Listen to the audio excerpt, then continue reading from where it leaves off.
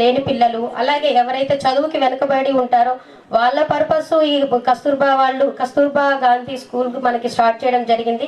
కానీ అది రాను రాను ఇప్పుడు వచ్చేసి పిల్లలు ఒక మంచి రెసిడెన్షియల్ మోడ్లో రన్ అవుతుంది.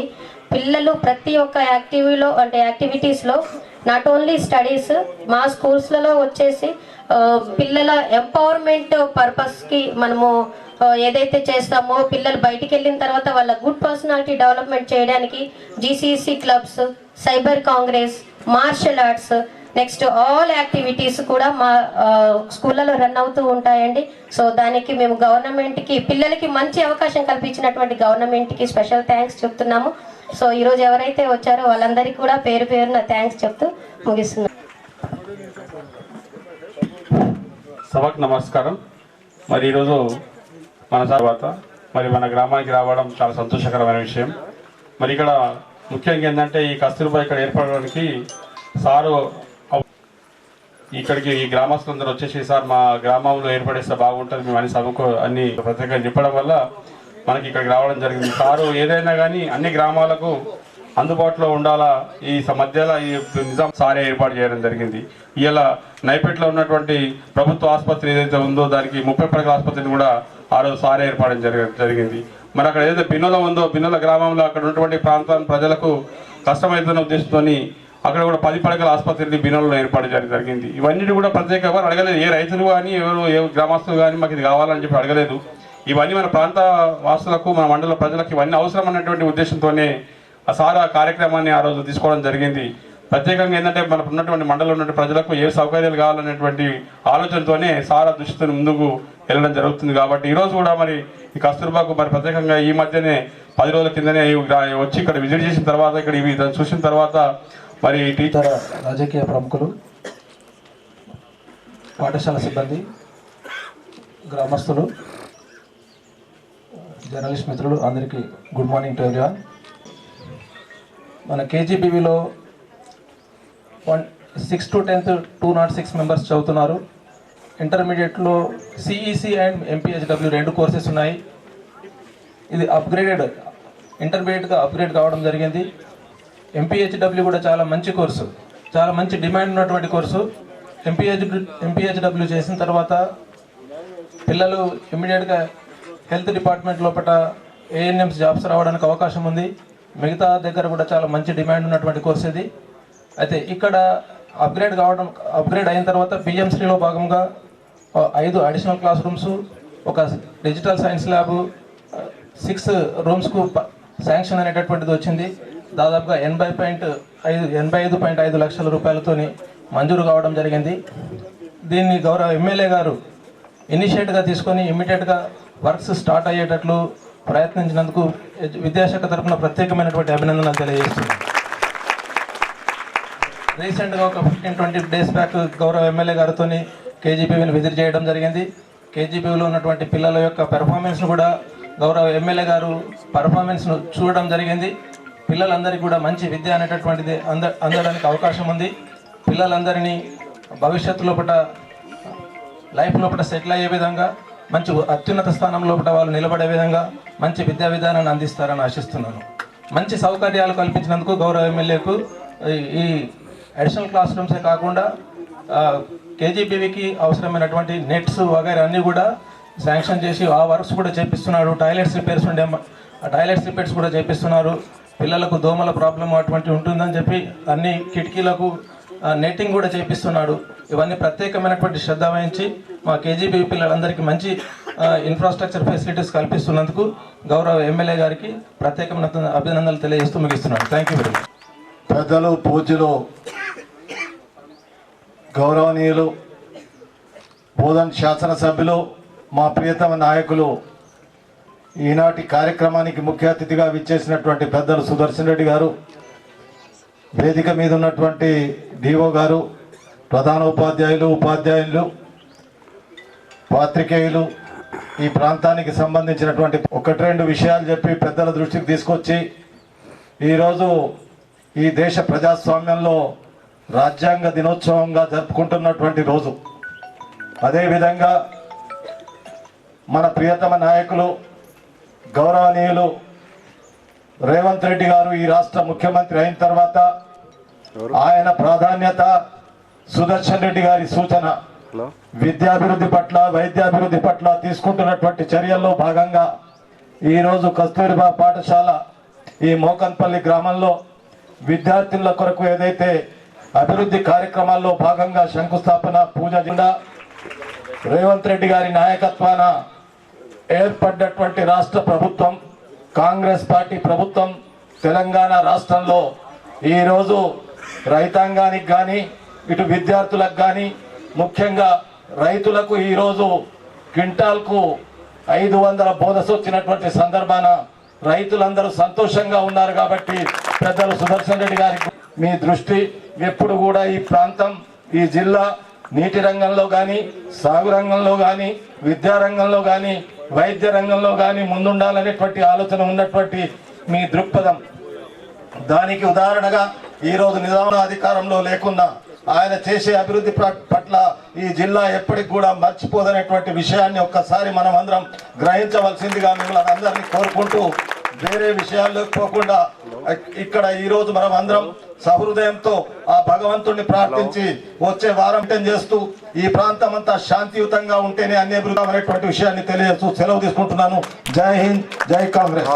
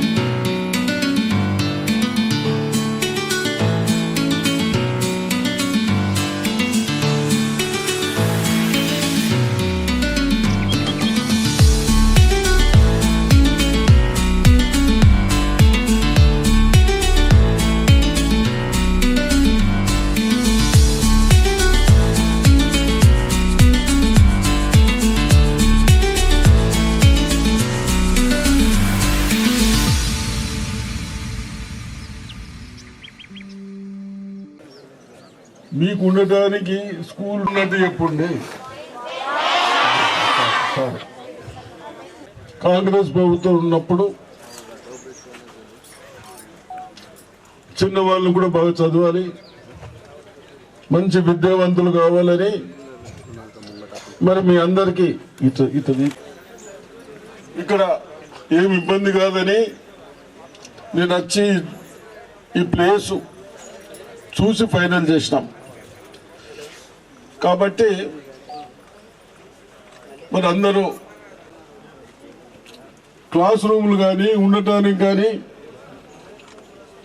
కొందరు గత ప్రభుత్వంలో కేవలం గొప్పలకే మేము ఇంటర్మీడియట్ చేసినామని చెప్పుకోవడానికి మనకు వచ్చారు. ఇంటర్మీడియట్ చేస్తే రెసిడెన్షియల్ స్కూల్లో ఎట్లుంటారో కూడా తెలియకుండా అంత నిర్లక్ష్యం చేశారు. ఆ నిర్లక్ష్యం మా దృష్టికి వచ్చిన తర్వాత ఇమీడియట్ ఈ బిల్డింగ్కు 80 లక్షల శాంక్షన్ ఇచ్చారు. 85 లక్షలు ఇచ్చినాం. అదేవిధంగా ఉండటానికి కొద్దిగా సరిపోదు అంటా ఉన్నారు.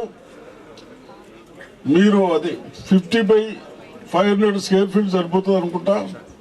దాన్ని మీ లెక్క కాదు, నా లెక్క ప్రకారం ఇస్తా. నేను 5-6 లక్షలు వస్తాయి, ఇద్దాం.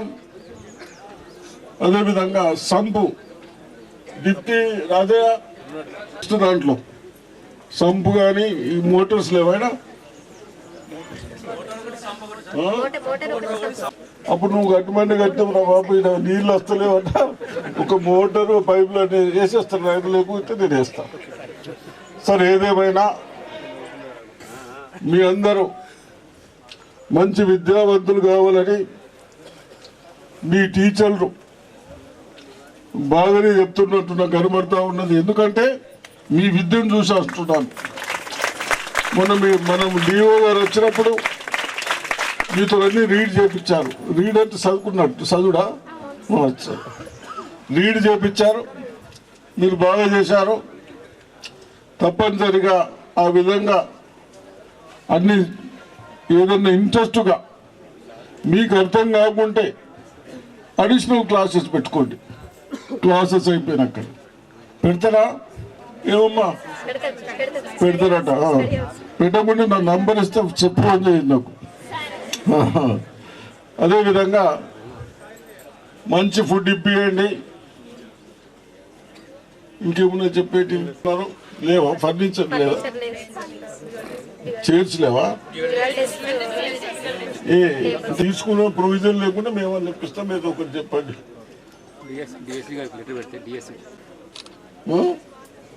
బాగా డ్యాన్సులు చేసిండ్రు. మనం అందరం కష్టపడితే వీళ్ళందరూ కూర్చునే దగ్గర తిని మన మీద ఏదో నరుకుతారు వీళ్ళందరూ. ఏమైనా బాగా చదువు. మీరు వెనకేది ఇంటర్మీడియటా?